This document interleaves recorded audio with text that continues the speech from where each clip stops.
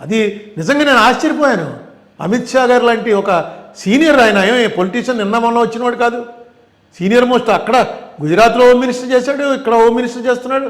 Entire home ministry అంటేనే పోలీసులకు సంబంధించింది, మిలిటరీకి సంబంధించింది, ఆయుధాలకు సంబంధించింది. అటువంటి మనిషి సల్వాజుడం తీర్పు ఇచ్చినందువల్ల ఈయన నక్సలైట్ అయిపోయాడు అన్నాడు. ఎటు పోతున్నామో ఆలోచించుకోండి. చాలా మొత్తం వాటి మీద ఒక గ్రిప్ తీసుకునే ప్రయత్నంలో భాగంగానే ఈవేళ రాధాకృష్ణన్ గారిని దనకడి చేత రాజీనామా చేయించారని నేను అంటాను. అందుకే ఆయన కూడా మాట్లాడలే. లేకపోతే ఇది ఆరోగ్య కారణమనో ఇంకోటనో ఆయన వచ్చి చెప్పాలి. ఏం మాట్లాడలేదు ఆయన. రకరకాల ఊహాగానాలు స్ప్రెడ్డింగ్లో ఉన్నా సరే ఆయన ఏమీ మాట్లాడకుండా వెళ్ళిపోయాడంటే డెఫినెట్గా వీళ్ళ ఆదేశానుసారం ఆయన తప్పుకున్నాడు. వీళ్ళతోటి తిరగబడి నిలబడే శక్తి లేక కామ్ అయిపోయాడు ఆయన. ఇంకొకరిని తీసుకొచ్చి పెట్టారు.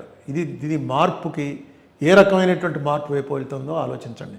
ఒక్క విషయం మర్చిపోకండి, ఆర్ఎస్ఎస్ అనేటువంటి మాతృ సంస్థ, దానికి సంబంధించినటువంటి బైబిల్, భగవద్గీత, ఖురాన్ ఏంటంటే పాంచజన్యం అని తెలుగులో ఉంది, బంచ్ ఆఫ్ థాట్స్ అని గురూజీ గోల్వాల్కర్ గారు ఏదైతే రాశారో అదే ఆదర్శం. వరుసగా దాన్ని అమలు చేసుకుంటూ వస్తున్నారు. దాంట్లో ఆయన క్లియర్గా రాశాడు, ముస్లిమ్స్, క్రిస్టియన్స్ ఈ దేశంలో ఉండటానికి అర్హత లేదు అని రాశాడు ఆయన. అలాగే సోషలిస్టులు అంటే కమ్యూనిస్ట్ పార్టీ వాళ్ళు కానీ, ఇందిరాగాంధీ కానీ, వీళ్ళందరూ సోషలిస్టులు జయప్రకాష్ నారాయణ గారు కానీ, వీళ్ళెవ్వరికీ కూడా ఈ దేశంలో ఉండేటువంటి హక్కు లేదు.